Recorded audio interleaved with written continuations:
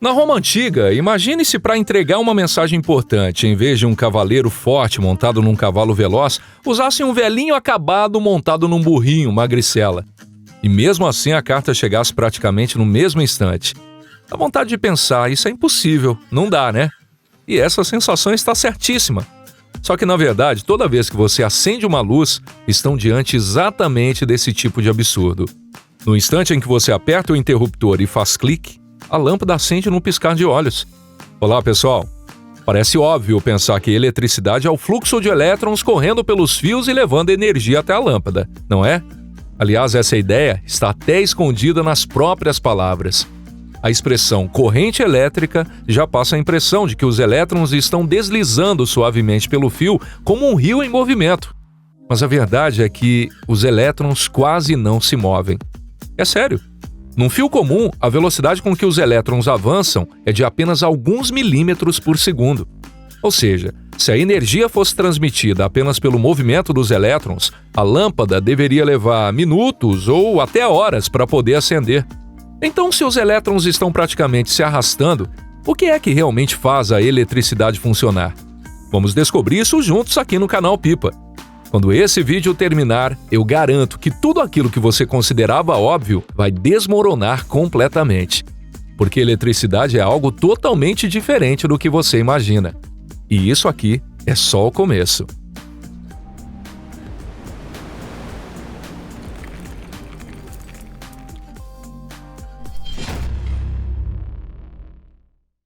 Elétrons lentos, luz rápida. Para entender o que realmente acontece, primeiro você precisa esquecer completamente aquela imagem que aprendemos na escola, de que os elétrons correm pelo fio igual água passando por um cano. Porque isso está completamente errado. É verdade que os elétrons se movem. Só que esse movimento não é uma corrente violenta, e sim algo extremamente lento, quase imperceptível, acontecendo em meio à agitação térmica caótica. Os elétrons vivem colidindo uns com os outros, mudando de direção e tremendo sem parar, enquanto o campo elétrico empurra todos eles bem devagarzinho numa única direção. Então, se você estivesse esperando os elétrons saírem da usina e rastejarem até a lâmpada da sua casa, acabaria virando um velhinho ou uma velhinha de cabelos brancos antes disso acontecer. Esse é o primeiro grande engano que quase todo mundo comete ao imaginar como funciona a corrente elétrica. Os chamados elétrons livres, que não estão presos aos átomos, já existem espalhados por todo o fio. Por assim dizer, o interior do fio já está completamente cheio de elétrons livres, como um tubo abarrotado de pequenas bolinhas. E quando o circuito é fechado, não é que um novo fluxo começa, mas sim que o estado de todo o sistema muda instantaneamente. Tente imaginar da seguinte forma. Pense num trem enorme parado nos trilhos. Então é dada a ordem de partida. A locomotiva começa a se mover. A locomotiva empurra o primeiro vagão, que empurra o seguinte. O segundo vagão empurra o terceiro. E quando você percebe, o sinal de movimento já chegou até o último vagão da fila. Mesmo que cada vagão tenha se movido só um pouquinho. E é exatamente a mesma coisa que acontece dentro de um fio. Os elétrons individuais quase não se deslocam, mas a perturbação, ou seja, a ação elétrica, atravessa o circuito inteiro numa velocidade absurda. Em outras palavras, não é tanto um movimento de partículas individuais, mas sim um impulso, uma espécie de bastão de força sendo passado adiante sem parar. Aliás, vale acrescentar que esse movimento lento dos elétrons acontece na corrente contínua. Na corrente alternada que chega às tomadas da nossa casa, os elétrons não ficam viajando de um lugar para o outro. Eles apenas vibram no mesmo lugar. E aí, achou que agora finalmente entendeu tudo? Os elétrons empurram os elétrons ao lado. E assim, a energia elétrica é transmitida da usina até a lâmpada, certo? Mas, mais uma vez, quase acertou. Porque, na verdade, a energia nem está se movendo por onde você imagina. A luz é mais rápida que os elétrons. Na comparação com o trem, eu disse que o impulso, ou seja, a mudança no estado elétrico do circuito, se propaga numa velocidade extremamente alta. E sendo mais preciso, ele se propaga na velocidade da luz. Nessa hora dá aquele pensamento, peraí, porque isso significaria que os elétrons precisariam empurrar uns aos outros na velocidade da luz, certo? Só que, segundo a teoria da relatividade de Einstein, nenhum objeto com massa pode se mover na velocidade da luz. Afinal, seria necessário uma quantidade infinita de energia para isso. Tanto que, para acelerar partículas até velocidades próximas à da luz, foram construídos aceleradores gigantescos, lotados de equipamentos eletrônicos de ponta. E mesmo assim, você está me dizendo que a energia chega na velocidade da luz até uma lâmpada velha e empoeirada, pendurada no banheiro de uma casa no interior? Então, como essa energia consegue chegar lá, afinal? Na verdade, a resposta já apareceu quase inteira. Se os elétrons, que são matéria, não conseguem transportar energia na velocidade da luz, então quem faz isso só pode ser o campo, mais especificamente o campo eletromagnético. E isso não contradiz a relatividade, muito pelo contrário, é justamente a relatividade que determina o limite máximo de velocidade com que esse tipo de interação pode se propagar.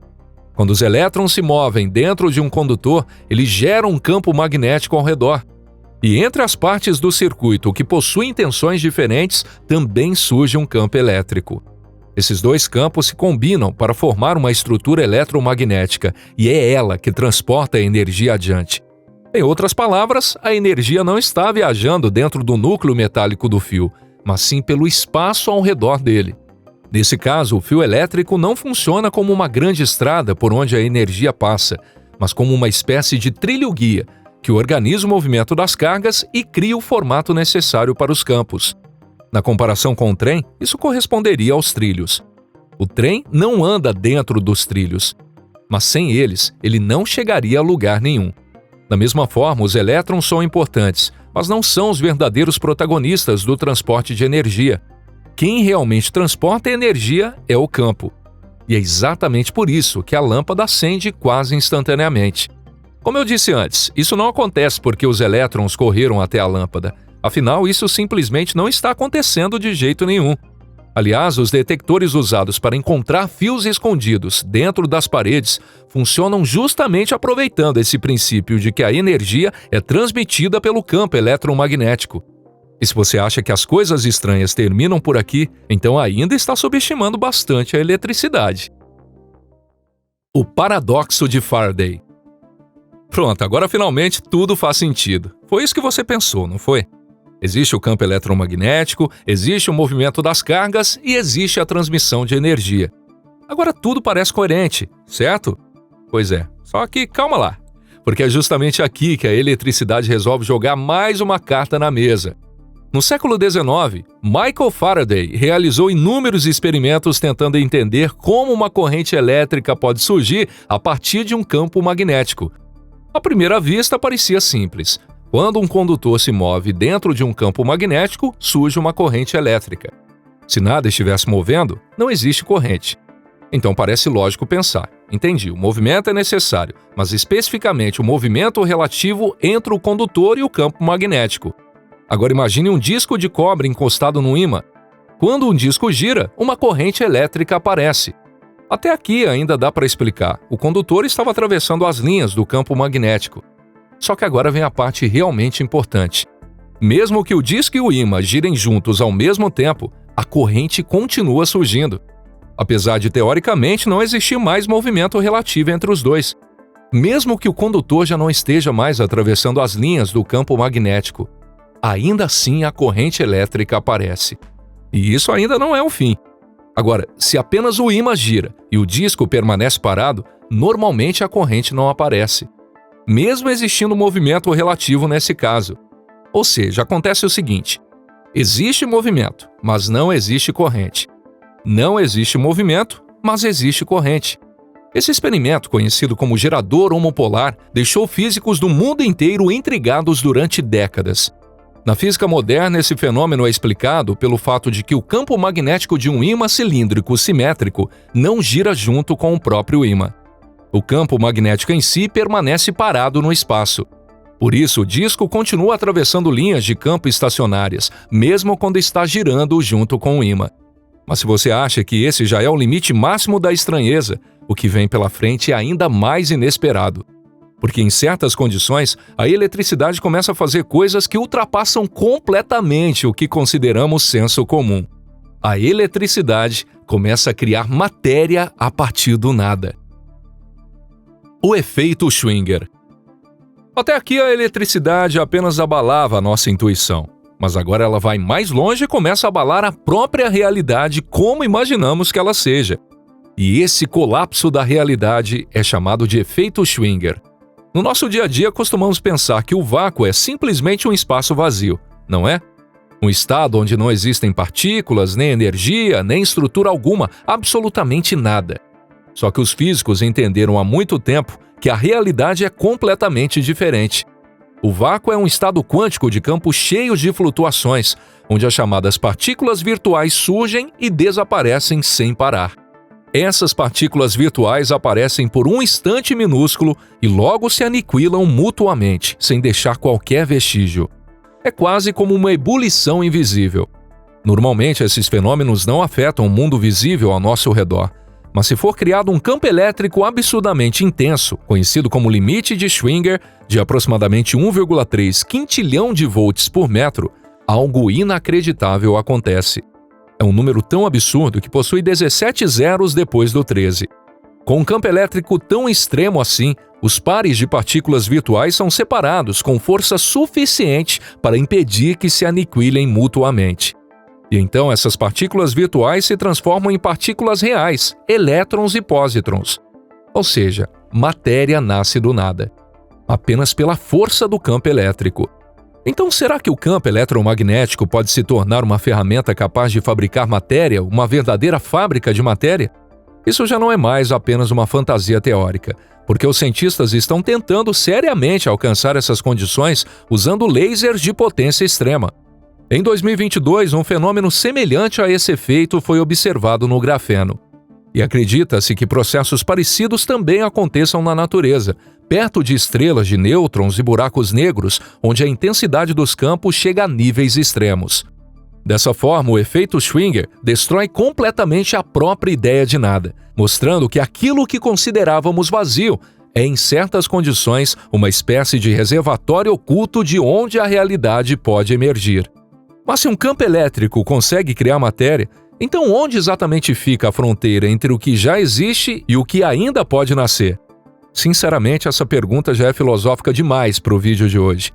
Normalmente, no final de vídeos assim, vem aquela frase clássica do tipo "O mundo ainda guarda muitos mistérios" ou "A humanidade ainda fará inúmeras descobertas". Mas nós resolvemos encerrar um assunto tão sério com algo capaz de arrancar pelo menos um sorriso, contando a história do momento em que a humanidade percebeu a velocidade da corrente elétrica. Em 1746, o sacerdote e físico francês Jean Tonat decidiu tentar medir experimentalmente a velocidade da corrente elétrica. E o experimento dele foi, digamos assim, bastante excêntrico. Nollet conectou cerca de 200 monges usando fios metálicos, formando um círculo com mais de 1,5 quilômetro de comprimento. E então descarregou nesse circuito vivo, praticamente sagrado, uma bateria formada por garrafas de Leyden, os primeiros capacitores elétricos que tinham sido inventados pouco tempo antes. O resultado foi que tanto o primeiro quanto o último monge deram um pulo exatamente ao mesmo tempo. Foi assim que Nollet se convenceu de que o valor que procurava, a velocidade da corrente elétrica, era incrivelmente alto. Os físicos do século XVIII realmente faziam experimentos bem radicais, né? Bem diferente dos dias de hoje. Pois é. E se você gostou do vídeo de hoje, não esqueça de deixar seu like e compartilhar em suas redes sociais. Muito obrigado por assistir até aqui. E nos vemos no próximo vídeo aqui no canal Pipa. Até mais!